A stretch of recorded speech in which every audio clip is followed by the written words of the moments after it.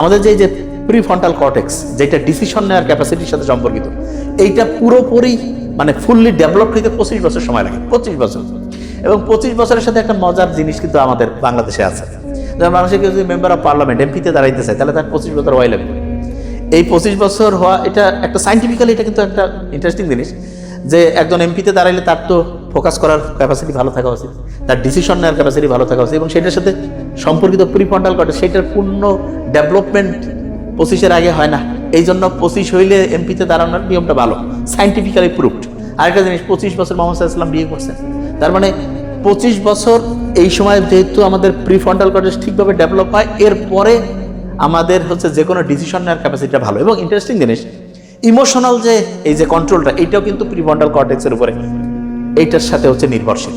এই জন্য দেখবেন যে অল্প বয়সে টিনেজ ছেলে মেয়ে ইমোশনালি অনেক ভুল করে, কেন? কারণ তার প্রিফ্রন্টাল কর্টেক্স কিন্তু ঠিকভাবে ডেভেলপ না।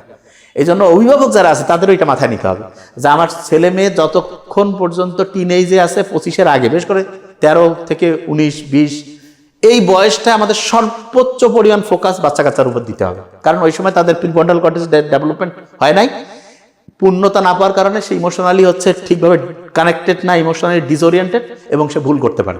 এই সময় তাকে বেশি পরিমাণে তাকে ডিসিশন নেওয়ার ক্যাপাসিটি যেহেতু তার কম, তাহলে তাকে হেল্প করা আমাদের জন্য খুব কার্যকর, মানে খুব একটা গুরুত্বপূর্ণ কাজ।